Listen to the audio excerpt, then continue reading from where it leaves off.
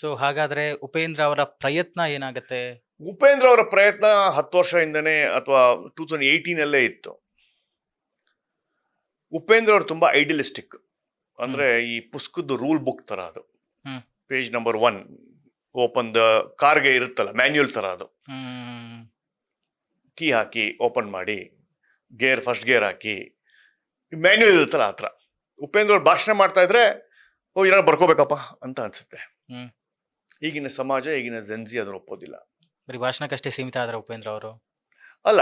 ಈ ಉಪೇಂದ್ರ ಅವ್ರದ್ದು ಪ್ರಜಾಕೀಯ, ಅವ್ರ ಉತ್ತಮ ಪ್ರಜಾಕೀಯ is all bookish. Practically it's not possible. Okay, 10 ವರ್ಷ ಬೇಕಾಗಿರ್ಲಿಲ್ಲ. ಅವರು ನೀವು ಮಾಡಿ, ನಾನು ಹಿಂದೆ ಇರ್ತೀನಿ, ಬರೀ ಐಡಿಯಾ ಕೊಡ್ತೀನಿ ಅಂತ ಫಸ್ಟ್ ಒಂದು ವಾದ ಇತ್ತು. ನಿಮ್ಮನ್ನ ನೀವೇ ಆಯ್ಕೆ ಮಾಡ್ಕೊಳ್ಳಿ, ನಿಮ್ಮನ್ನ ನೀವು, ಆ ಥರದ್ದೇನೋ ಇತ್ತು. ಅವರಿಗೆ ಕ್ಲಾರಿಟಿ ಇಲ್ವಾ ಅಥವಾ ಹೇಳೋದು ಅರ್ಥ ಆಗ್ತಾ ಇಲ್ವಾ ಜನಕ್ಕೆ ಅಂತ? ಮೊದಲೇ ಅವ್ರ ಮಾತಿನ ಅಮೇಝಿಂಗ್ ಆಕ್ಟರ್, ಅಮೇಝಿಂಗ್ ಡೈರೆಕ್ಟರ್. ಅವ್ರ ಜೊತೆ ನಾನು ಒಡನಾಟ ಇದೆ.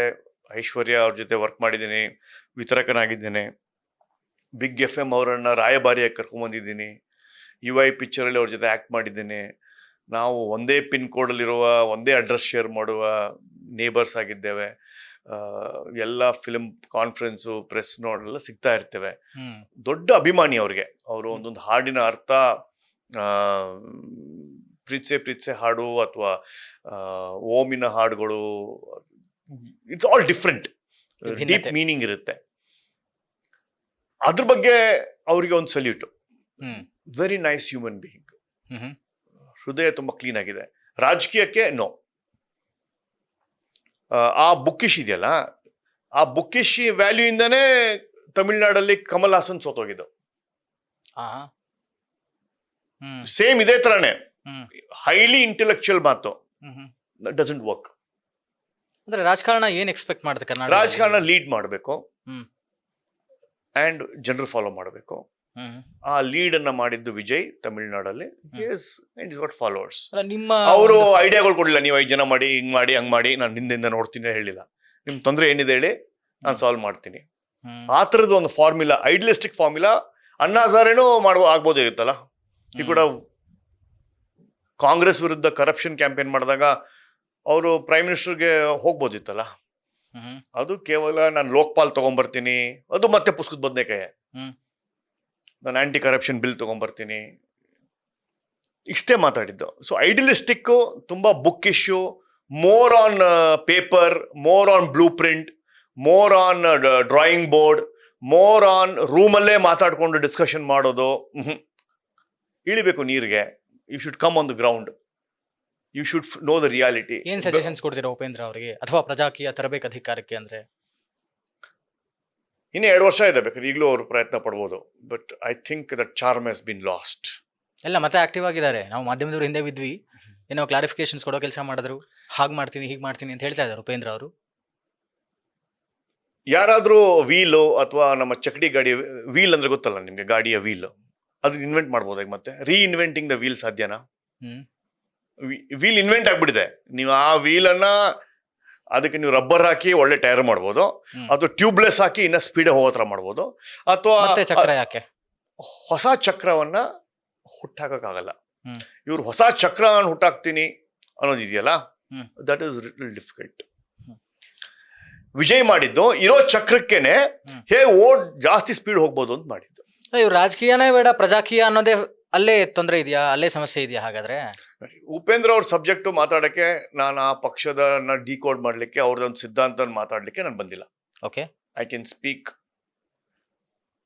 ಅದನ್ನ ಡೈಸೆಕ್ಟ್ ಮಾಡಿ ಪೋಸ್ಟ್ ಮಾರ್ಟಮ್ ಮಾಡುವಷ್ಟು ಅವರಷ್ಟು ಬುದ್ಧಿವಂತ ಅಲ್ಲ.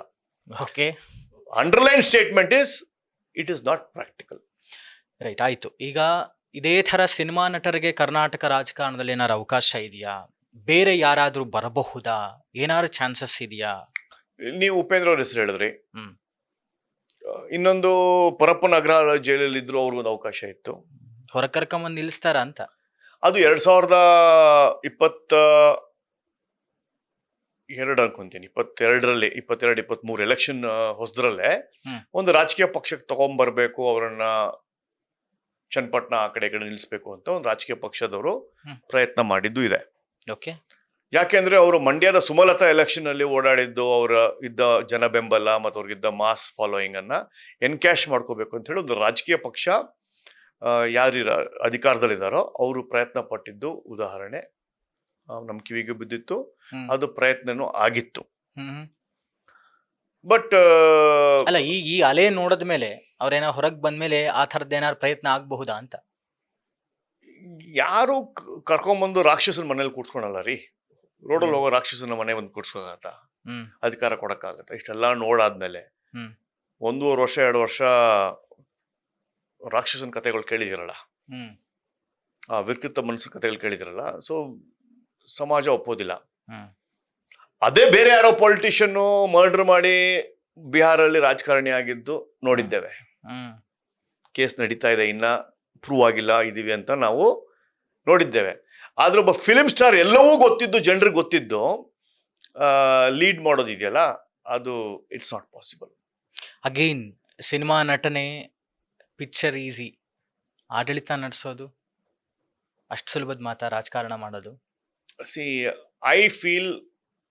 I somehow feel a film star is a better administrator than IAS officer. ಹೌದಾ? 100%. ಹೆಂಗೆ?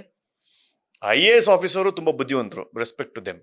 IPS ಆಫೀಸರ್ ಅವರು ಕೇವಲ ರೂಲ್ ಬುಕ್ ಅನ್ನ ಇಂಪ್ಲಿಮೆಂಟ್ ಮಾಡುವ ಇಚ್ಛಾಶಕ್ತಿ ಹೇಳುವ ಒಂದು PT ಮಾಸ್ಟರ್ ತರ. ಓಕೆ.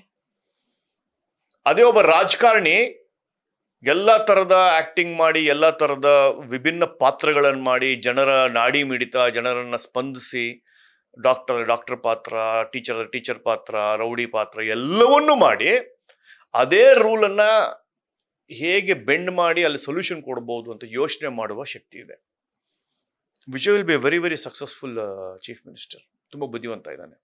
ಅಲ್ಲ, ಯಾರೋ ಹೇಳ್ತಾ ಇದ್ರು ಸಮರಿ ಅವರೇ, ಟ್ರೆಡಿಷನಲ್ ವೋಟರ್ಸ್ ಏನಾದರೂ ಬದಲಾವಣೆ ಬಯಸಿ ವೋಟ್ ಹಾಕಿದ್ರೆ, ವೋಟ್ ಪರ್ಸೆಂಟೇಜ್ ತೆಗೆದು ನೋಡಿದ್ರೆ ಅದು ಓಕೆ, ಬದಲಾವಣೆ ಬಯಸಿದ್ದಾರೆ ಅಂತ. ಇಲ್ಲ ಬರೀ ಜೆನ್ಜಿ ವೋಟ್ಸ್ ಬಿದ್ದಿದ್ರೆ ಏಕ್ ಬಾರ್ಕ ಸುಲ್ತಾನ್ ಆಗ್ತಾರೆ ವಿಜಯ್ ಅಂತ. ಇಲ್ಲ, ಮತ್ತು ಈಸ್ ವಿನ್ನರ್ ಅಷ್ಟೇ, ನಾಟ್ ಎ ಗುಡ್ ಲೀಡರ್ ಅಂತಾನು ಹೇಳ್ತಾ ಇದ್ದಾರೆ.